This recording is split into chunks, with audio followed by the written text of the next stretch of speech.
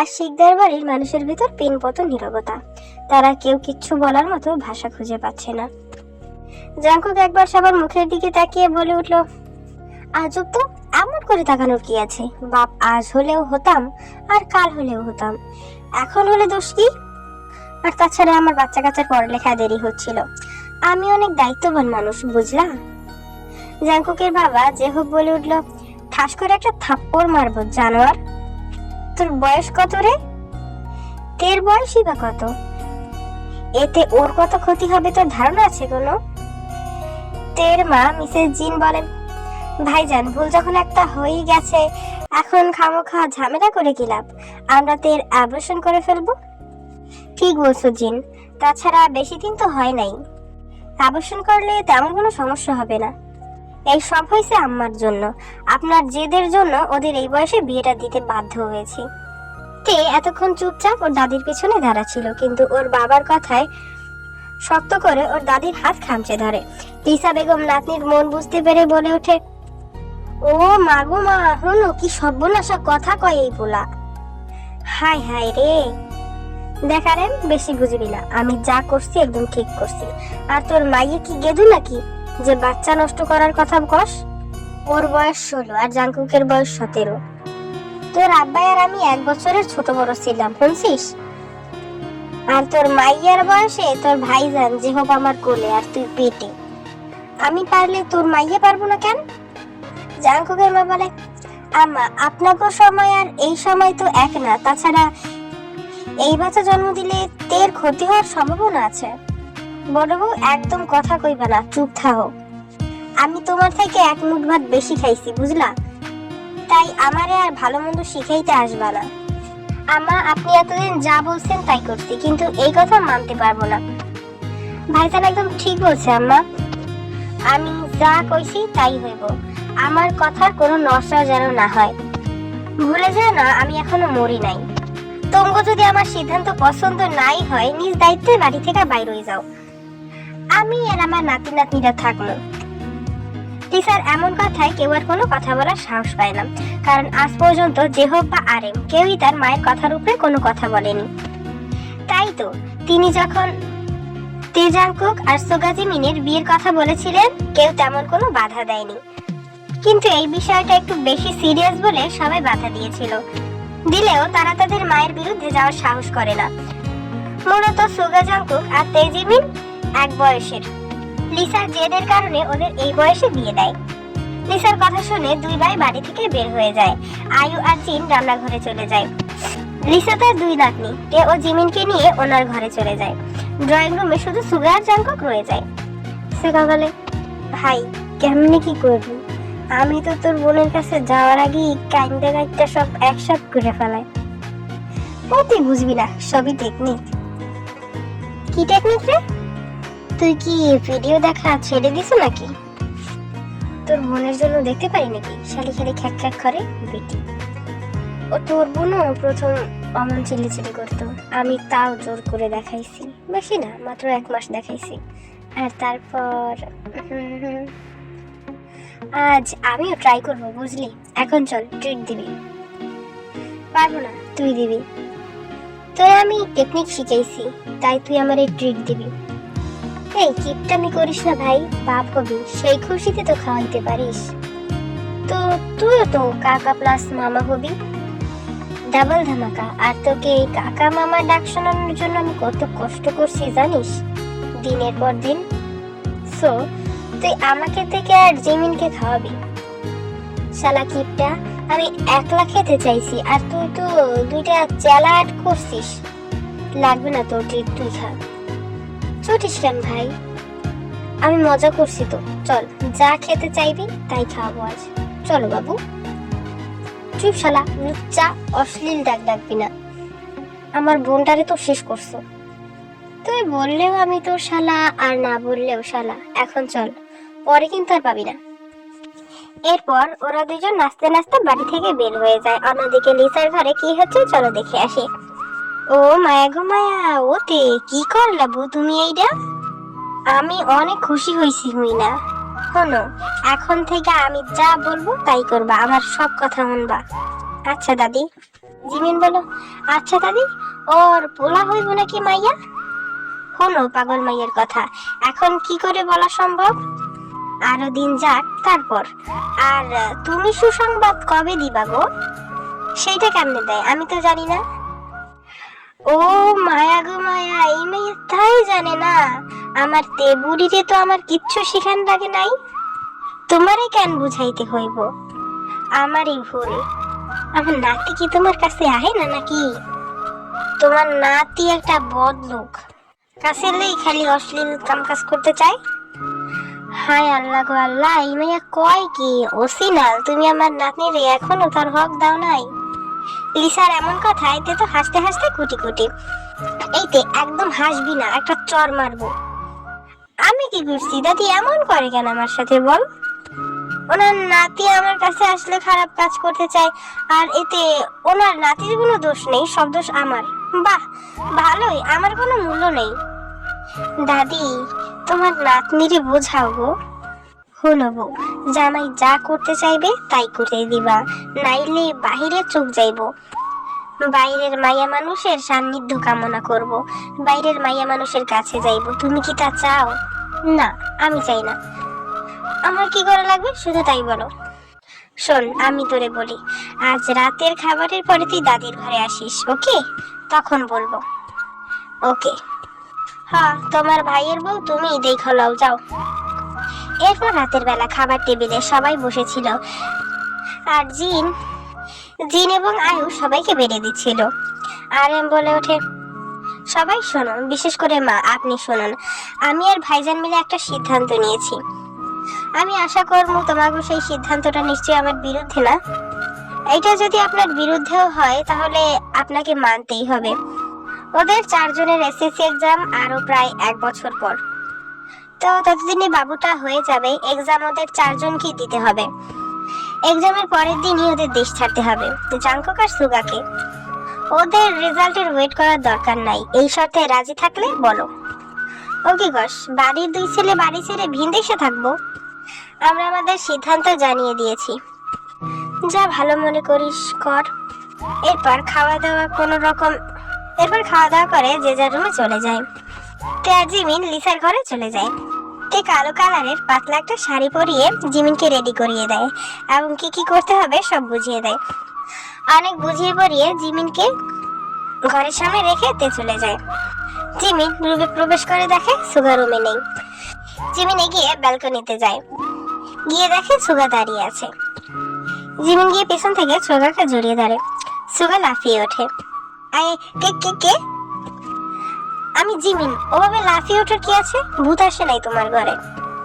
আমি ঠিক দেখছি? হ্যাঁ হ্যাঁ, আমি তো ঠিকই দেখছি। তুই ঠিক আছিস পাখি? তোর কিছু হয় নাই তো? আজব তো, আমার আবার কি হবে? আমি ঠিক আছি। আমার একটা জিনিস লাগবে তোমার কাছ থেকে। ও তাই, এত ভালোবাসা। তো কি লাগবে শুনি আমার পাখির? জিমিন কিছুক্ষণ আমতা আমতা করে চোখ মুখ কুচকে বলে ওঠে, বাবু লাগবে। টেকে ভাইয়া বাবু দিছে, আমারও লাগবে, তুমি দিবা। মারবো এক চর। বয়স কত তোর বাবু লাগবে? হ্যাঁ, আমি চাই তোর সান্নিধ্য। আমি তোকে গভীরভাবে ছুঁয়ে দিতে চাই, তাই বলে আমি চাই না তোর কোনো ক্ষতি হোক। আমি কিছু জানি না, তুমি আমাকে আদর করবে বলো? করবো তো পাখি। তারপর আমি একটু ওষুধ খাইতে গেছিলাম, বুঝছো? সেই ফাঁকে ওরা সবকিছু করে ফেলছে, আমি কিছু দেখতে পারি নাই। আমার জান পাখিরা, দেখি দেখো কি কখন কি করে, দেখতে পারি কিনা সেটা বলবো কি? তে রুমে ঢুকে দেখে জাঙ্কুক বেডের উপর বসে আছে।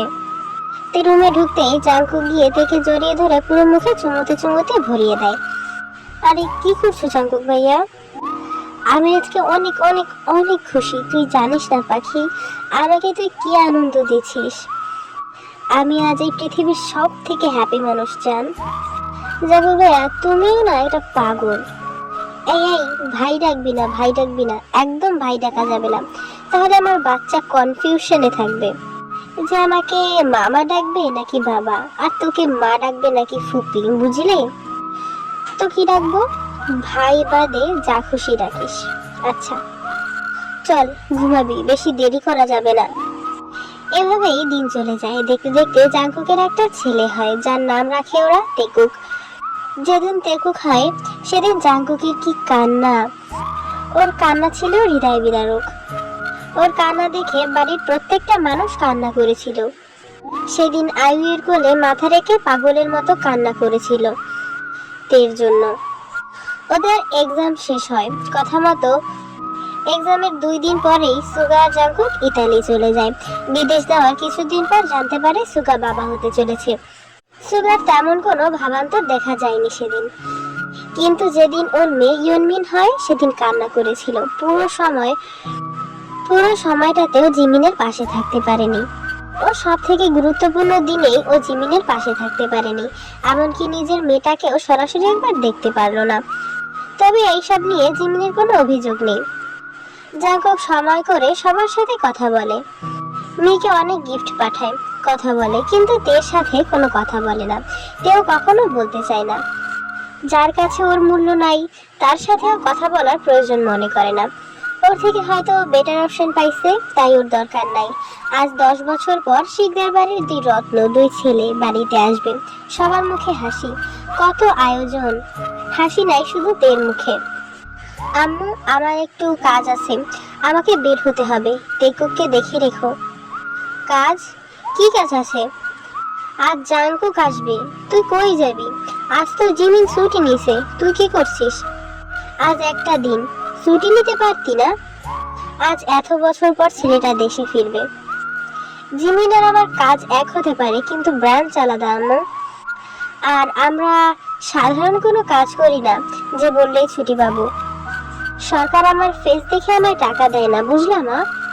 আচ্ছা যা, ওদের আসতে তো দুপুর হবে। তোর বাবা আর বড় আব্বু আনতে যাবে ওদের, তার আগে আসার চেষ্টা করিস। ওকে বলে বের হয়ে যাইতে টেকুক আর ইয়নমিন আজ অনেক খুশি। আজ ওদের খুশি দেখে কে? ওদের বাবা আসবে আজ। 2 ভাই বোন পুরো বাড়ি মাথায় করে ফেলেছে। জিন আর আয়ু কেবল সমস্ত রান্না শেষ করেছে। জিমিনা সুন্দর করে শাড়ি পরেছে, নীলকারের একটা শাড়ি। শাড়িটা সুগাই পাঠিয়েছিল জিমিনের জন্য, বলেছে ওরা যেদিন আসবে সেদিন যেন এই শাড়িটা পরে। বাড়িতে মেহমান গিজ গিজ করছে। এর মধ্যেই বাহির থেকে হর্নের আওয়াজ শোনা গেল। সবাই বাইরে বের হয়। সবার আগে টেকুক আর ইয়নমিন দৌড়ে গিয়ে যে যার বাবার কোলে ওঠে। ওদের কোলে নিয়ে ওরা ওদের 2 মাকেই একে একে জড়িয়ে ধরে। আর জিন আর আয়ু যেন কান্না করার শপথ করেছে। এরপর সুগা গিয়ে জিমিনকে জড়িয়ে ধরে, কিন্তু জাংকুক যাকে খুঁজছে তাকে দেখছে না। যাকে দেখার জন্য ওর চোখ দুটো হাহাকার করছে। সে কই? ওর বউ পাখি কই? ওর জান, যার জন্য এতটা বছর অপেক্ষা করেছে, সে কই? জাংকুক টেকুককে কোলে নিয়ে বাড়ির ভিতর প্রবেশ করে, কিন্তু কাঙ্ক্ষিত মানুষটা দেখা পায় না। সুগা খুব ভালো করেই খেয়াল করেছে জাংকুকের ছটফটানি। ওরও যে ওর বোনটাকে খুব দেখতে ইচ্ছে করছে, তাই সুগা জিজ্ঞেস করলো, আম্মু তে কই গো? ওকে দেখছি না, সবাই তো আছে, ও কই? এইবার জিমিনও খেয়াল করলো। হ্যাঁ ছোট মা, তে কই? ওর নাকি কি ইমার্জেন্সি কাজ পড়ে গেছে, তাই গেছে। কিন্তু আমি আজ নিজে ওর ছুটি কনফার্ম করলাম তো। কে জানে, বলো কি যেন একটা কাজ পড়ছে, তাই ওকে যেতে হবে। হতে পারে, জাংকুক মনে মনে ভাবছে। বাহ, আমার থেকে ওনার কাছে কাজ বেশি ইম্পর্টেন্ট। ও কি বোঝে না আমার ভিতরটা পুড়ে যাচ্ছে? আসুক একবার, এর শাস্তি তুমি পাবে পাখি। যা বাবা, তোরা গিয়ে ঘর থেকে ফ্রেশ হয়ে আয়, আমি খাবার বাড়ছি। না আম্মু, খাবো না, অনেক দূর থেকে আসছি, একটু রেস্ট নিব, তারপর খাবো। সুগাও বলে ওঠে, আমিও এখন খাবো না, একটু রেস্ট নিব। এই বলে ওরা দুজন উপরে চলে যায়। সবাই খেতে যায়। দেখতে দেখতে সন্ধ্যা হয়ে যায়, কিন্তু তের কোনো খবর নেই। এবার জিমিন অফিসে ফোন করে খোঁজ নেয়। তারা জানায় তে আজ অফিসে আসেনি, এমনকি আজ কোনো ইম্পর্টেন্টও কাজ নাই। জিমিন জাংকুকের ঘরে যায়। আসবো ভাইয়া? আয়, কয়েকটা কথা বলবো, মন দিয়ে শুনবি। বল। তের কোনো কাজ নেই, ও মনে হয় রাগ করে বাড়ি থেকে চলে গেছে। তুই এত বছর ওর সাথে একবারও কথা বলিস নাই, তাই। কেন বলিসনি তুই জানিস, আমি জানতে চাই না। তোদের ব্যাপার তোরাই বুঝবি। তো ম্যাডাম এখন কোথায় আছেন জানিস কিছু? আমি শিওর না, তবুও মনে হয় আমাদের সিক্রেট বাড়িতে আছে। এটা বিভিন্ন মিশনের কাজে লাগে। বাড়িটার চাবি ওর কাছে একটা, আমার কাছে একটা, শুধু আমাদের দুজনের কাছেই আছে। এই নাও চাবি, আর অ্যাড্রেস আমি তোমাকে পাঠিয়ে দিব। এখন যাও, তুমি তোমার মহারানীকে আনতে চাও। আর যদি আজ রাতে না আসো সমস্যা নেই, এই দিকটা আমি সামলে নিব। কিন্তু তেকুক, ও তুমি চিন্তা করো না, ও তেকে ছাড়া থাকতে পারে। যাও যাও, আমি আছি। জাংকুক রেডি হয়ে বের হয়ে যায়। জিমিন যে ঠিকানা দেয় সেই ঠিকানা মতো যায়, গিয়ে চাবি দিয়ে ঘরে প্রবেশ করে। বাড়িতে মোট 3টে রুম। প্রথম রুমে উকে দিয়ে যেটা বুঝলো এই রুমে কেউ নেই, তাই দ্বিতীয় রুমে প্রবেশ করলো। রুমে ঢুকতেই জাংকুকের হার্টবিট মিস করলো। তার তেবতী কত নিষ্পাপ মুখে ঘুমাচ্ছে। জাংকুক এগিয়ে গেল, গিয়ে পাশে বসে কতক্ষণ যে তাকিয়ে থাকলো সেটা তার জানা নেই। জাংকুক হাত বাড়িয়ে তের গালে স্পর্শ করতেই তে ধরফরিয়ে ওঠে। বালিশের নিচ থেকে রিভলভারটা বের করে পাশের লোকটার কপালে ধরে, কিন্তু যখনই ও লোকটার দিকে তাকায় তার হাত থেকে রিভলভারটা পড়ে যায়। তে তো হা করে তাকিয়ে আছে। কি হলো পাখি, রিভলভারটা পড়ে গেল কেন শোনা?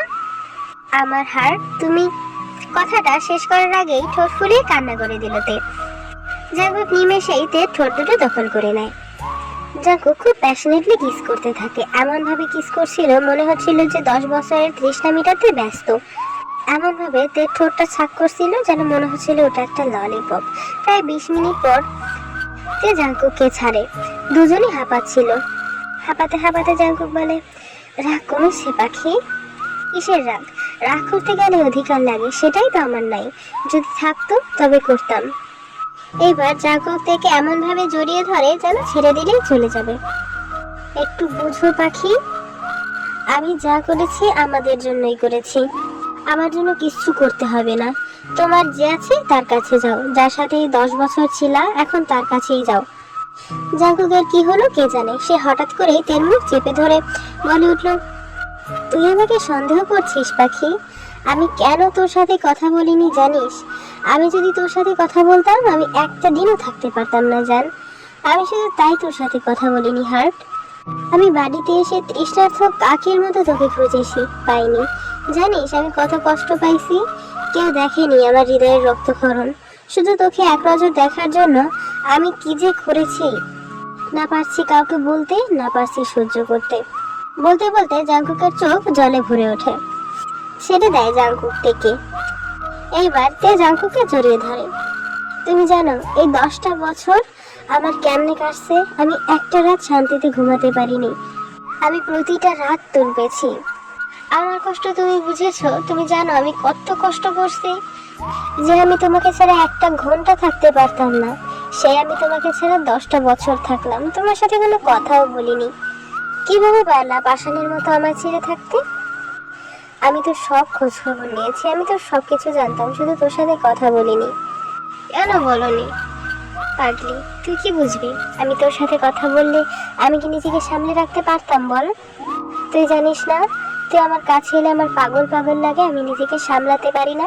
তার ভিতর আমি যদি তোর সাথে কথা বলতাম আমি এখানে একটা মাসও থাকতে পারতাম না, 10 বছর তো দূরের কথা। হার্ট রাগ করে না? তুমি জানো তুমি আমার সব। এই বুকে তুমি ছাড়া আর কারো কোনো জায়গা নেই। অন্য কোনো নারীর সংস্পর্শে আমার একটা অসম যাবার আগে আমি এই জীবন জাংকুক যেন সম্পূর্ণ পুড়ে ছাই হয়ে যাই। তুই সব করিস হার্ট, আমি কিচ্ছু বলবো না। শুধু আমাকে ভুল বুঝিস না, আমাকে অবিশ্বাস করিস না, আমাকে সন্দেহ করিস না। কি করতাম? আমি খুব ভয়ে ছিলাম জানো। চুপ হার্ট, কথা বলিস না। আমি সেই দুপুরে দেশে আসছি, এখন অব্দি কিছু খাই নাই। এখন আমি কি খাবো ব্যবস্থা কর। তে উঠে যায়। উঠে গিয়ে রান্নাঘরে ইনস্ট্যান্ট নুডলস ছিল, সেটা বানিয়ে নিয়ে আসে। দেখো এখানে বেশি কিছু থাকে না, আমি আর জিমিন মাঝে মাঝে আসি, তাই এখানে ইনস্ট্যান্ট নুডলসই রাখা থাকে, আমি আরও এটাই খাই। সো তোমাকে এখন এটাই খেতে হবে। এটা খেয়ে বাসায় চলো, বাসায় গিয়ে খাবে। দে। জাংকুক খায়। নুডলসটা খেয়ে জাংকুক শুয়ে পড়ে। কি হলো, উঠো, বাসায় যাবে না? না, যাব না। তেকুক আছে তো, থাক, ওনাকে তোকে ছাড়া থাকতে পারে। আজ রাতটা যাবো না বাসায়, না গেলে কি হয় দেখি। পাগলামি করো না তো, ওঠো। তুই একটা কাজ ভালো করছিস হার্ট, এখানে এসে। আজ এইখানে আমি আর তুই, আর কেউ নেই। বাসায় থাকলে ঠিকঠাক মতোই 10 বছরের তৃষ্ণা আমি মেটাতে পারতাম না। ভালোই হলো তুই এখানে আসছিস।